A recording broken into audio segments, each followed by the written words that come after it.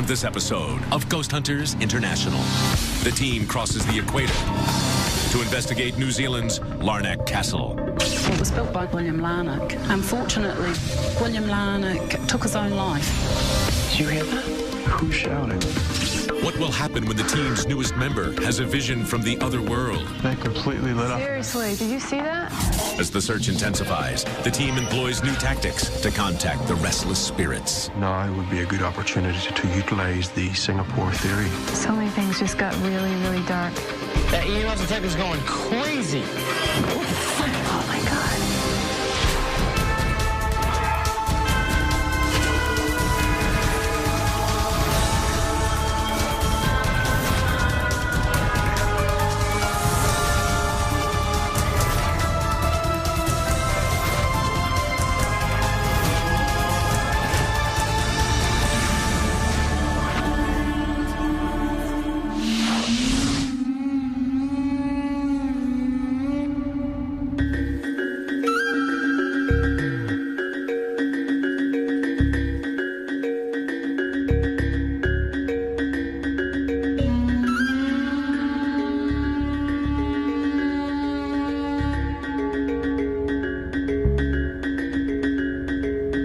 So what do you guys think? This is New Zealand. Unbelievable. Look at this view. Look at that. That is crazy. This is a beautiful country. I have to say, I think this is the nicest place we've been yet. As lead investigator, I follow the same protocols set out by Jason and Grant. Our goal is to disprove a haunting through scientific inquiry, debunking, exploring all the alternatives before we can say anything is paranormal in origin. Hey, guys, I mean, isn't this the farthest we've traveled yet? Yeah, other side of the world. Andy Andrews is a seasoned TAPS investigator. His skills at debunking are top-notch. Donna is a great case manager, and I know that she's going to find us the cases that we'll all be interested in doing. Brian spent a long time with TAPS, and he is an incredible tech manager because he knows this equipment inside and out. The great thing about Barry is he is really based in the scientific world, and that's the kind of thing we need to move forward in the paranormal field. And I'm especially thrilled that we've got Dustin with us. Dustin, welcome back, my friend. Thanks, brother. It's been a while since I've seen you, Dustin. It was, what, Ireland was the last time that I've seen you? One of the best cases I've done, man. It was a pleasure. Last time I was overseas was with TAPS, and I had a great time. So now to be part of GHI and be in New Zealand is just unbelievable. Hey, guys. Donna's going to fill us in on the case for tonight. As you all know, we're going to the Larnac Castle. Larnac is New Zealand's only castle. This is a big place, guys. It's 43 rooms altogether, plus a ballroom. What are we looking for paranormal activity here? Was there a ghost running around? What do we got? One of the biggest one is an apparition has been seen in the ballroom, the feeling of dread or feeling of being watched in other rooms, and interestingly enough, the movement of objects. Well, that sounds great. Looks like we got a lot of stories to take care of. All right, guys, we're just about there, so let's get in there and make it a good one. Sounds good, man. Let's do this up like we always do. Oh my God, guys. Oh my God, look at this. This should be fun, huh? I feel like I'm in a fairy tale.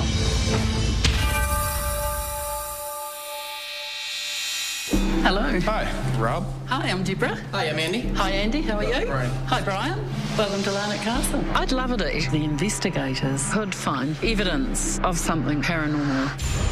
With all the stories I've heard over the years, I'd hate to think it was just everyone's imagination, but I'm still a little bit sceptical myself. Could you tell us about the history of the castle? Yeah, sure. Built by an Australian in the 1870s, William Larnac. A lot of people thought he was a bit crazy, actually. Most people were building very basic houses in Dunedin, and he had this dream to build this fantastic house up here in the hill. Unfortunately, the dream didn't quite come true. There was a lot of tragedy. He lost his first two wives. He married a third time, and this time he married a woman half his age. And she went on and had a love affair with his son, which got a bit awkward, and William Larnac shot himself in Parliament in Wellington. Have you ever had anything paranormal happen to you here? Yes, I have, actually. About 6 years ago, I was halfway down the front door steps that you've just come up, and I got a bit of a shove in the back, and there was no one behind me. I ended up in the gravel at the bottom of the steps with a bleeding face, bleeding knees. So, before that experience, did you believe in the paranormal? No, I would say not. And now? I reserve judgment. But at the same time, I like an explanation. Okay. So would you mind giving us a tour? Yeah, I'd love to give you a tour. Okay, after you. Okay, we'll come through here. This is the first bedroom floor. This is probably the area that we've had the most interesting and strange things happening. Recently, one of my co-workers, he's the night manager here, he was locking up this area about 11:30 at night, and he had a similar experience to the one I'd had that push in the back. Now, generally, the unspoken rule is when you're in night audit, you turn out the lights. I did the very top floor, and then I got down to the second level. Things started to feel a bit weird, and I was about to turn left to go down the hanging staircase. I felt a warm, sharp nudge to the back. I turned around, and the second last door that I closed was opening. This is actually William Larnock's library. Sometimes we set this room up at night for private dinners. One of the dinner hosts that looks after the people in here, she'll walk in here and there'll be this extremely strong smell of cigar smoke and a very, very strong smell of port. I was in the foyer with another colleague. We approached the entranceway to the library, and the other lady stopped in mid-sentence and asked if I actually could smell this odour of a musky man holding a glass of port and a cigar. So where are we going next? We'll go down to the ballroom. So, gentlemen, this is the ballroom. Lots of reports of sightings. Most commonly, this Victorian gentleman dressed in the black Victorian coat. If you look way down there, you'll see above the fireplace there's actually a photo of William Larnock. Many years ago, I was walking up from the ballroom to back in towards the castle. The door at the end of this hallway has got two glass panels. Standing on the other side of the panel was this guy. He had a beard and he had like a dinner jacket on. And as I moved forward, it just disappeared. Well, Deborah, this is a beautiful location, and thank you very much for the tour. So at this point, what we want to do is get all our equipment out, get our cameras set up, and see if we can't find some answers for you. Sure, I hope you do find something. Until maybe 6 years ago, I would say I was not a believer. I don't think I'm quite as cut and dry these days. There's been too many things happen, but I'm a practical person, so I would like some proof. I'd love to see some hard evidence. It would probably push me over to the believer side more than what I am now.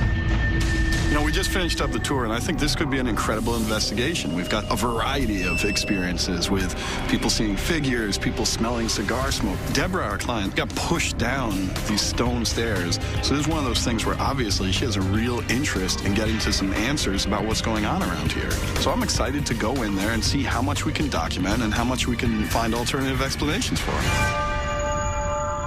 So we ready to go? What do we got? Cameras, we have one here on the fireplace looking out toward the door. That's the other side of it. It's from the door to the fireplace. Oh, so we got two in there. Perfect. Sweet. Camera 3 is the hallway where one of those workers got pushed.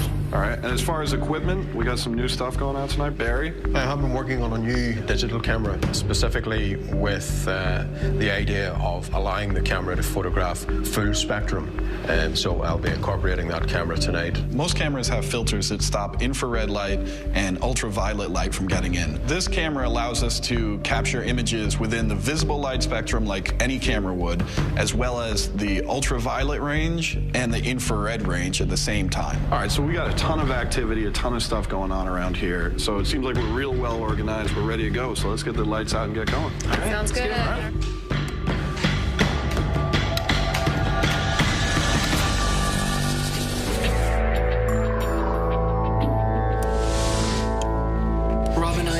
Decided to head on up to the second floor and check out the landing. That's a hot spot as far as any kind of activity going on here. This is the location, you know, that we've got the shoving. And it's just also, to me, it's a central location. You've got the girl who would only go up to this doorway. Right, you have the creepy room where... Well, you've got the creepy room, but something is coming out of this room and going down this direction. So there's a nice hub. All right, so you want to get the tripod set up? Sure, I can do that. I'm going to start recording now. EVP session. Andy and Rob, main stairwell, second floor. EVP stands for electronic voice phenomenon, and what that means is a noise or sound that we did not hear with our own ears at the time of the recording. Is the person who shoved one of the workers here present? Got a good shot of it. We're good. Okay. If you feel the need to shove someone, I'm telling you right now, you can feel free to give me a shove, give me a push, give me a tap.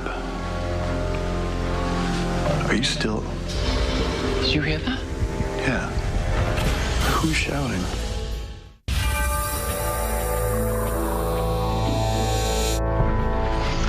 Got a good shot of it. We're good. Okay. If you feel the need to shove someone, I'm telling you right now, you can feel free to give me a shove, give me a push, give me a tap.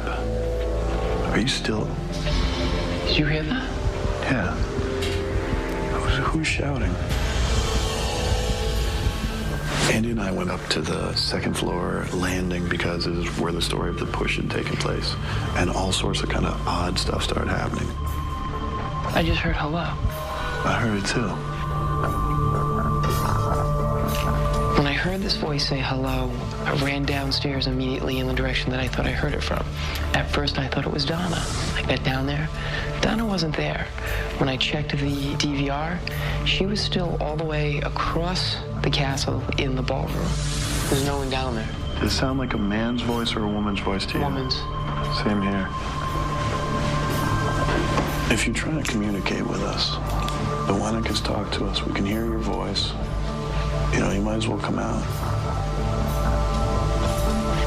The screen is like almost having trouble focusing on you. I saw it doing that before when I was standing up here.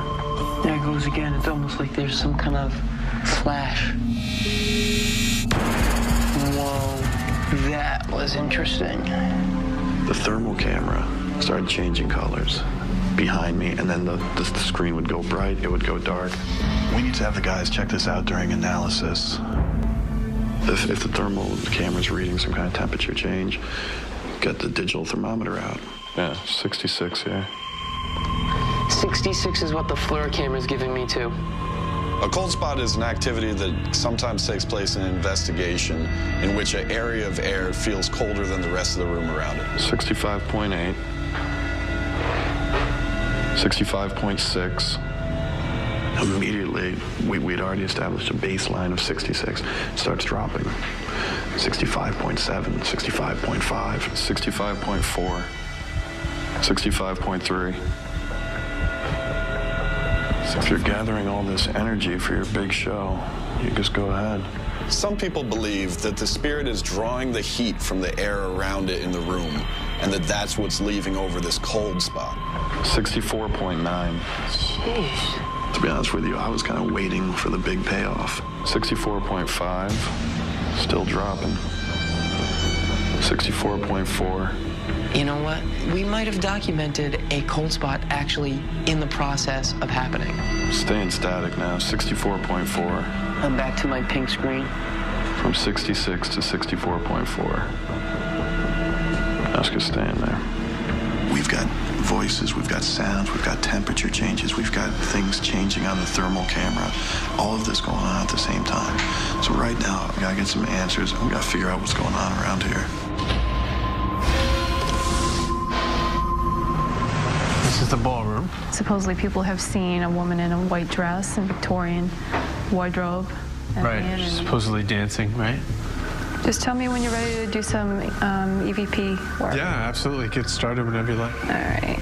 Let me do the proper identification. I'm Donna, and this is Dustin. Can you please tell us your name? Dustin and I went in the ballroom tonight, and we started to do some EVP work right away. And it seemed like right off the bat there was stuff that was going on. I keep thinking I see something move in that corner. See where that? Yeah. See where there's like a kitchen galley window? Yeah, it almost looks like someone's moving back and forth. Yeah. Is that a window into another room, or what? Yeah, it's the like a back room, like a kitchen room. What was that? What's the flash? Somebody here with us? Hello? That completely lit up. Seriously, did you see that? Yeah. We'd seen a couple of things going on. We'd seen a black shadow in one corner. We had a flash of light in the other. All right, let's go closer. We're not trying to harm you. We just want to document your presence. See, it looks like it just popped up and went back down. There's something going on over here. So many things just got really, really dark.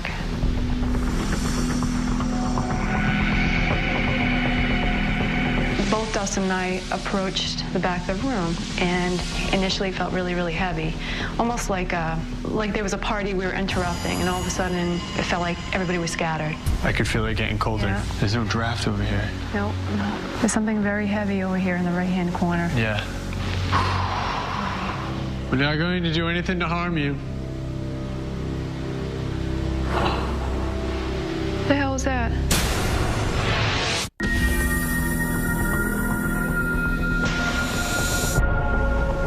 What was that? I could feel it getting colder. There's no draft over here. No. There's something very heavy over here in the right-hand corner. Yeah. We're not going to do anything to harm you. What the hell is that? Did you just make those plates rattle? Dustin and I went in the ballroom. It seemed like right off the bat there was stuff that was going on. Donnie, you get the cam up, Yeah, right? I'm right behind you. All right.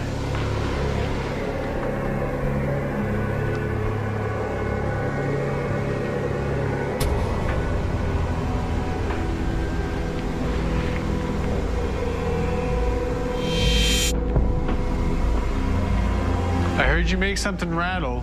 It sounded like a bunch of plates, which would be right here. We started hearing things rattling down in the corner. It sounded like plates. That's exactly what it sounded like.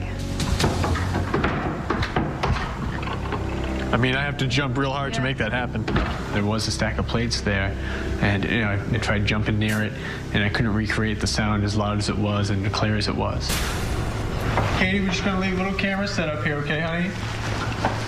We're gonna back away. So we got some cameras on the plates, and we're gonna continue the investigation. Olivia, take care of the dishes there, all right? Head back to command? Yeah, let's go back to Command Central, see what everybody else is doing. Yeah, it's a good way to get started.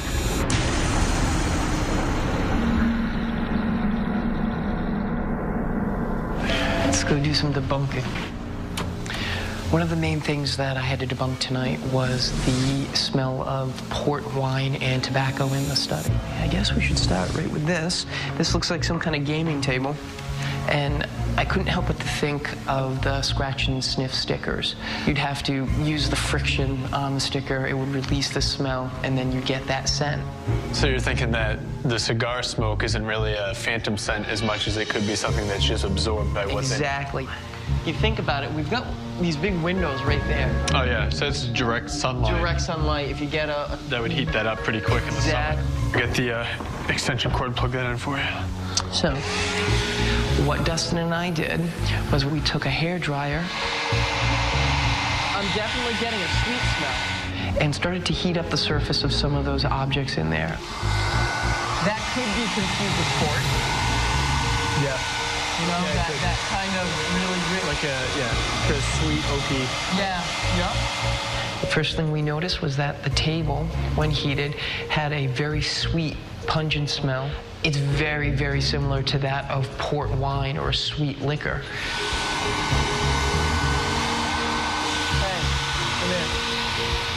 We then moved on to the chairs by the fireplace. Yeah, you can smell that. There you go. So that heated up the back of the chair, and that gave an actual tobacco smell. Chalk another one up to the debunker. Nice job, man. Thank you very much. We were told about the activity that is happening within the ballroom. I thought now would be a good opportunity to utilize the Singapore theory. Ready now? I'm ready. The Singapore theory is a method used in the paranormal community in which we try and recreate an environment that the spirit might be from. In this case, we're going to play music from the 1800s to see if this sparks paranormal activity.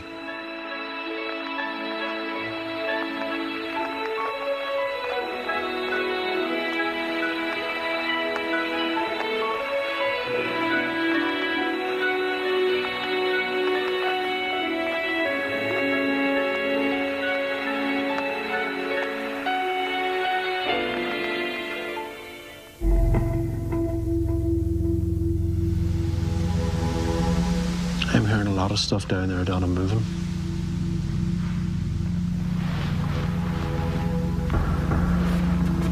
able to hear the noise going on down there? I heard it all. Was it just me, or did it turn very sickening? Yeah, to me it felt very lighthearted in the beginning, and things were really free-flowing, and then it just got kind of like a carnival music. Yeah. Not in a good way, like from a really bad haunted house. Now the music stopped. The noise down at that end has stopped. What if we used another one to see what would happen? We had activity after playing the 19th century classical music, and we decided to play big band music from the 1940s. According to the Singapore theory, this may give us different results.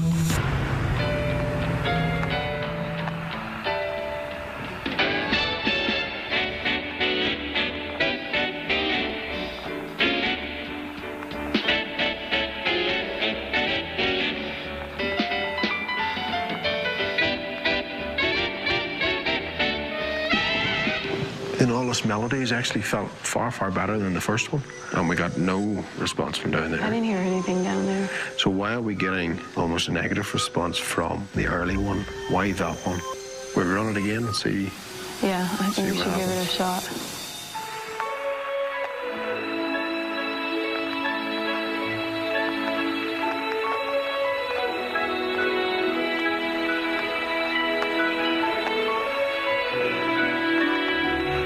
Do you hear that? Now there's it happening again. Yep. It seems like that's the stimulus. Yeah. We seem to be getting responses from that Singapore theory. Oh! What is that? That is some freaky looking spider. Oh, that bad piece. Oh my God, that's nasty. Me and Dustin went outside to try to debunk the whole Deborah being pushed out the front steps. Supposedly, she got thrown onto about the 6th step, and she got pushed. She fell down these steps and busted up her face and her knees. So this step does have kind of like a lip to it. That's what I'm thinking, too, because she said the 6th step. Now, look, right here. Yeah, it's got a lip there, and it's got a lip here. Yeah. Now, if you're not paying attention, you're going to be like, what? Ah! Yeah, because it kind of catches you. Yeah, it does. Yeah, because this one's smooth. The one before it's smooth. When we went up to that 6th step, there's a lip to it. And if you're going down the stairs and you're not really realizing what you're doing, it's easy to slip on that step. I really don't think it was paranormal that what Deborah experienced. I think she just took a digger. Yeah. Well, that's pretty cool. We might have just debunked that, dude. That's it, guy. You gotta work quick when it's freezing out. Seriously, I'm just looking for them damn spiders, too, because I don't want to get eaten.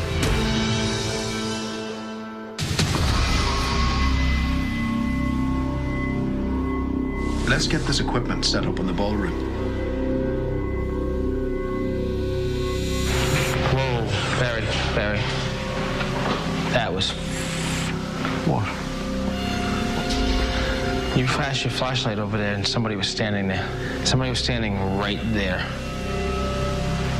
You're positive? I swear to you, I swear.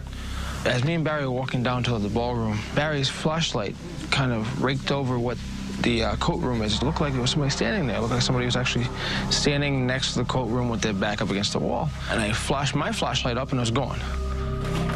Could have swore I seen somebody there. We turned around and Barry said he saw somebody in this smaller corridor next to the bathrooms. I swear to God, there ain't nobody here.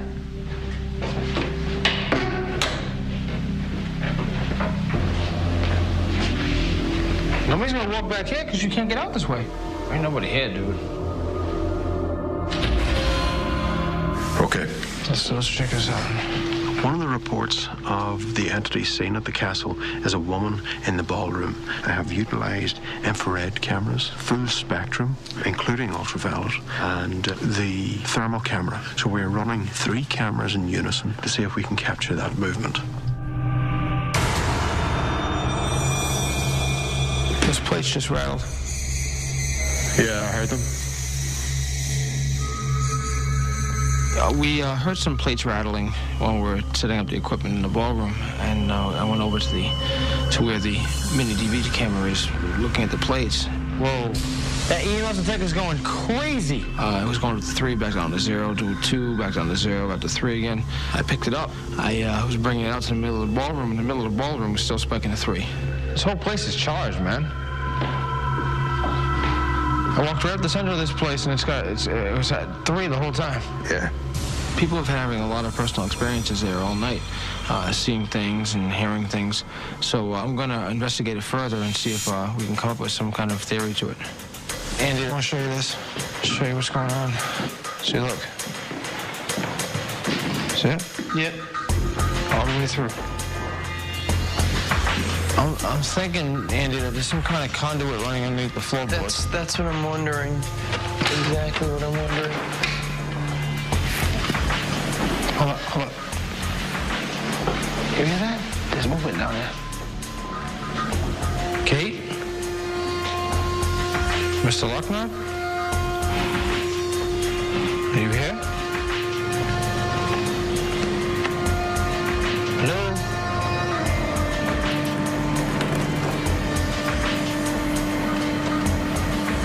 I think I got your answer. I do see some wire.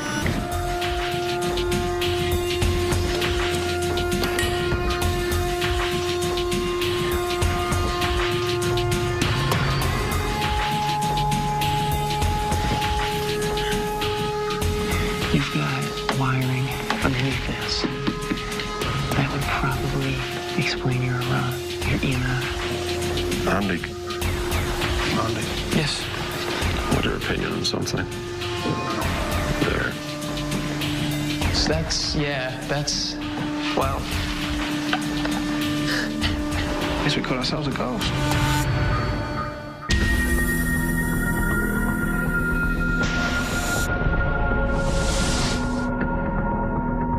Andy.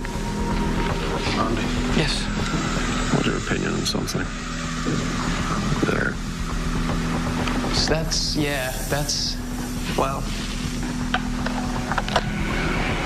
I guess we caught ourselves a ghost. Barry had taken a very interesting photo. One of the first things that you need to do is try to recreate it so that you can use an investigator standing in as a figure to get a better idea of where that figure might have been standing. Barry and Brian kind of moved me into the area that they needed me to be. You're in the right position. They took the photo, which then at that point gave us a working model of where this figure that we seem to have caught was standing. Could it be a reflection? There's no way. That's not glass. That's interesting. That's real interesting. All right, let's go down to Command Central. Yeah. Let's hope we get some answers. This light down here just came on. It's a basement light, just under the stairwell. Is there anybody down here?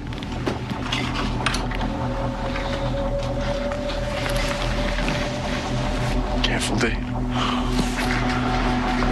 Cold down here. Anybody down here?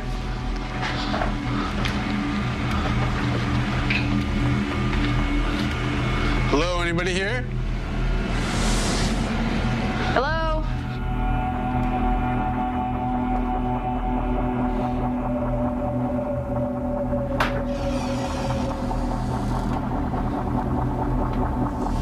Hello?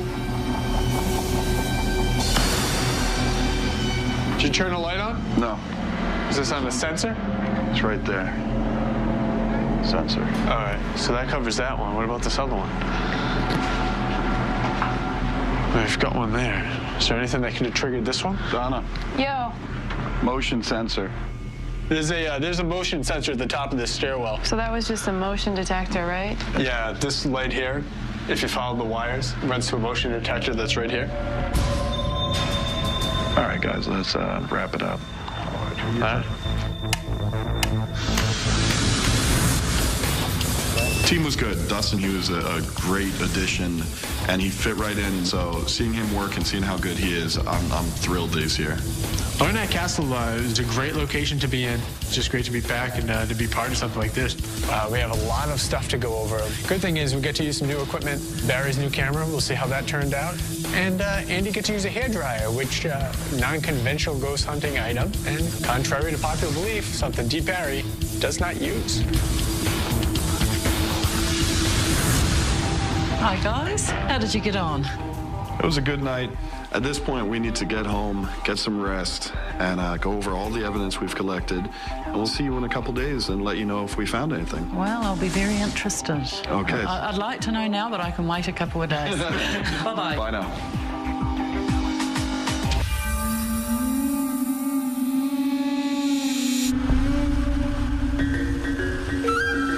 Today we're going to be reviewing the evidence for Larnach Castle. We had a lot of personal experiences last night. Full-body apparitions, shadows, plates rattling, rustling. So we have a lot to go on, and plus we have a lot of history about this place. People dying there. Larnach family lived there since like 1890. So hopefully by the end of the night we'll have a few pieces of evidence to look at, and hopefully we can bring something to the client. Hey guys, check this out. This is pretty weird. Don and I were doing some EVP work, and the plate started rattling. It'll be coming up here, Barry.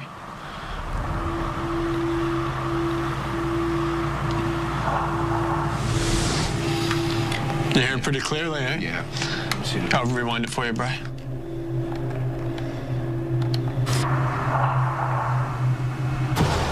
That's definitely something.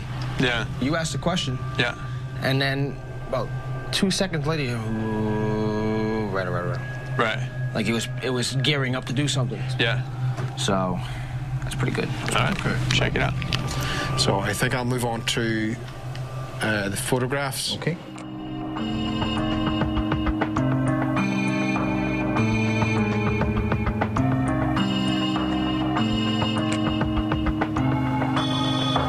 Okay, guys. What up, yo? I want you to have a look at this. All right. These shots were taken, obviously, full spectrum. Yeah. And obviously, you see the ballroom here. Now, I click to the next one. There. New camera's paying off, brother. Nice work, Irish.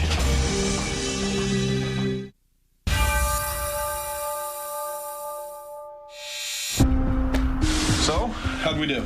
Pretty damn good.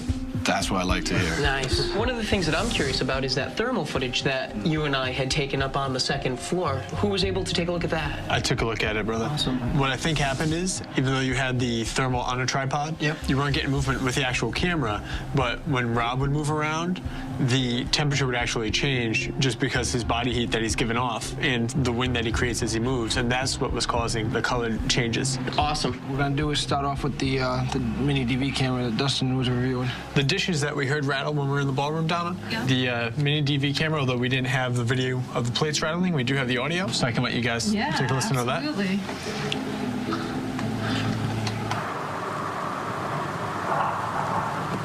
It's pretty clear, huh? God, that's cool. I'll rewind it for you there, Rob. You hear that? Yeah.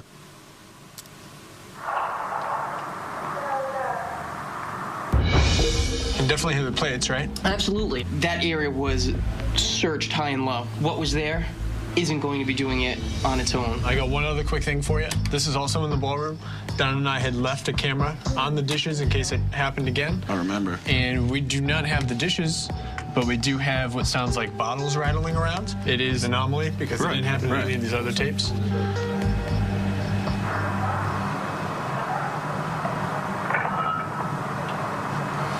Wow. I mean, it's pretty clear. Yeah? Yeah, absolutely. Wow. Yeah, it's pretty good, huh?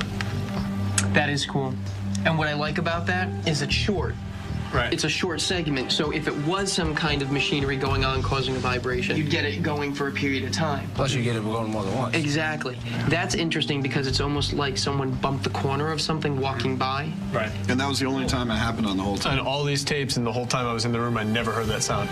It's nice to hear that this got picked up on tape. This is exactly what it sounded like. And I listened to other people exiting and entering the room, and the door doesn't make anything vibrate like that. Wow. So. Well, the thing I'm happy about with this footage is that knowing that when you guys were doing the investigation, you didn't say, oh, there's dishes rattling over there, we've got a ghost. You ran over there, you jumped up and down, you checked it out, and now that we have it as evidence, now we can feel confident when we go to the client and say, we know that there was no other way that this could have happened. Guys, you remember that I was running a test in the ballroom that was covering both thermal, IR, visible, and UV. This is using the new camera. All at the same time. Yes. Now, what we did find is something has shown up. and we have cross-referenced that with the DVR system to make sure that there was no one there. And have a look for yourselves there. Oh my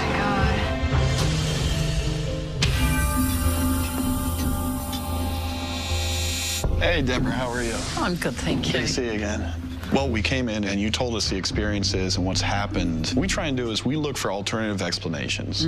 So, for example, if you say that there's a knocking sound, well, we might look for a loose floorboard or something like that that could create that sound, something not paranormal. And the big thing that we needed to debunk was strong smell of either port wine or cigars coming from the library. Right. So I did something a little odd, but it did have some good results. I actually took a hairdryer, okay? And I went to some of the pieces of furniture and gently warmed them up. And what I found was, as soon as the warmth started to occur, it started to release some smells. That makes sense to me, because some of the people that have smelt that smell, they've been serving dinner guests in there at night, so there will have been an extra heating on in there. Ah, okay. Now, at that point, you know, we're still going with the idea of how can we figure out the things that are going on here in normal ways? One of the things that definitely interests us, your push on the stairs. Our investigators inspected the stairs and found one step that has a lip on the end of it. We believe you felt as if you were pushed. You could have been wearing heels that day. There's too much that just goes into it. I could have just tripped. That's always a possibility. Right. We had some personal experiences that we'd like to share with you. Brian and Barry were coming down this passageway right outside the ballroom. Brian was looking at Barry's flashlight beam as he came to the entrance and saw a figure standing right outside the doorway. Okay. He raises his flashlight, stops dead, and says, "What was that?" By the time he gets his flashlight there, this figure's gone. We use our senses, we go for the same smells, the same sights and all that, but at the same time we bring in the equipment because we want to document something. We did capture something that we want to share with you. Okay. In this very ballroom, we had Dustin and Donna. They were... Oh my goodness, it's our fire alarm. We're going to have to leave. We've got to evacuate.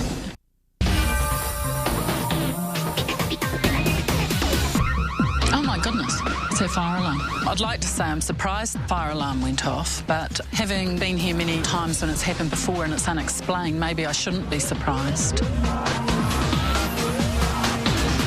So as we try and give you the evidence, the fire alarm goes off? Actually, this doesn't surprise me. There's been other incidences recently where this has happened. One was on the anniversary of William Larnock shooting himself, to the day, to the minute. And when the fire brigade came up here, there was no reason for the fire alarm to go off. In fact, it all went back to an alarm that actually had to have the glass broken, and it wasn't broken. So you've had a bunch of coincidences. Coincidences. Fire yeah, we have a lot of coincidences, don't we? Okay, guys? Oh, we're fine. How do we do? Yeah, good. You're all set to go back in. Everything's nice and clear. Oh, perfect. Any idea what happened? No idea. Could be the ghost, though. There you go. There you go. Hey, well, thanks a lot. No problem at all. All right, well, that was certainly interesting. It was indeed. So here's what we've got. Two of our investigators had entered the ballroom, and what they kept hearing was the rattling of dishes at the other end, the far end of the ballroom. So when we went back and when we reviewed the tape, they actually caught the sound of that rattling dishes. And we want to play that tape for you now. We're not going to do anything to harm you. The hell is that? Did you just make those plates rattle? Could I be able to hear that again? Absolutely. Okay. So here's where it gets pretty interesting. So we take a camera and focus it solely on the plates. We make sure no one's around and try and now capture once again that sound of the plates rattling.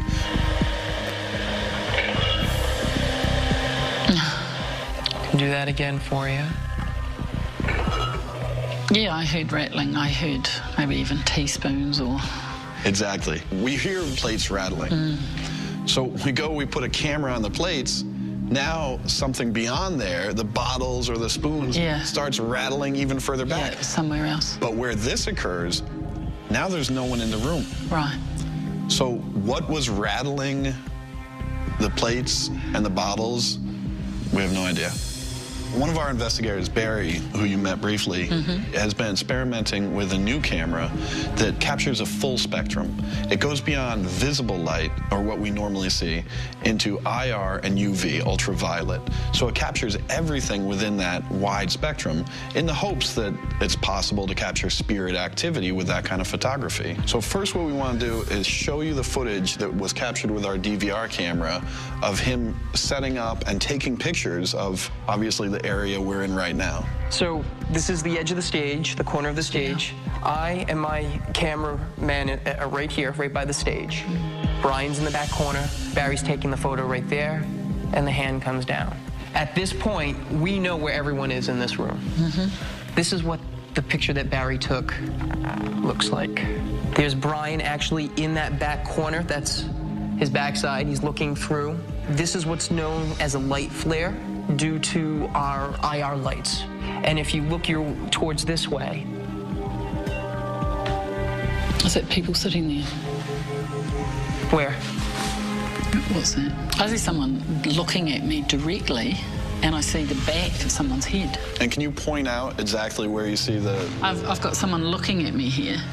Definitely a man's face. I see the same thing. I see a face here that's looking out almost towards the camera, and that's not a face of anyone who was with us or anyone that we saw standing in this room. Now here's a picture Barry took just before the one we just showed you. As you can see, there's no one in that area. I mean, when you see this, how does it make you feel? It's so real that it's just about unbelievable. Well, you were riding the fence before. I was riding the fence. Which side? Are you still sitting on the fence, or have you fallen one side or the other? I'm going to let myself go and actually feel that there's something happening here. I don't know what it is. It's there, isn't it? Yeah, it's pretty amazing. When you take a picture and know that there's no one standing there and check all your camera equipment, and we've got the face of a man staring back at us, that's not a coincidence. After verifying that there was no one standing by that fireplace with other pictures, I feel comfortable saying that we believe that this castle is haunted. This is a kind of location that has had a lot of emotion, had a lot of tumultuous things happen here. But I will say this, everyone felt perfectly comfortable here. Nothing captured in the evidence appears menacing or angry. No, I'd agree with that. Well, Deborah, we had a wonderful time here. We had a really good investigation. We're pretty happy with the results, and we hope that you are as well. I am, and thank you for being so professional. Thank you. I really appreciated that. If there's anything we can do in the future to help you out or answer any questions, we'd be happy to. Thank you. We've enjoyed having you here. Deborah, thanks so much. Thank you. I'm a little bit shaken by the evidence, actually. I feel happy. I don't feel worried, but I'm just surprised and, yeah, a bit blown away by the evidence. I was weighing in on the side of a non-believer. I don't think I could say that now. You know, I think that really went well. Deborah was on the fence, and, you know, I don't think that we come in and necessarily try and convince them one way or another. We just present the evidence and let them make up their mind. And that's exactly what happened. It took her a few moments to kind of digest it all and make an opinion on it, but she did. And let's face it, that was some incredible evidence as far as I'm concerned. Some of the best that we've gotten yet. All right, well, let's go find Donna and see what she's got for us next. Sounds good to me.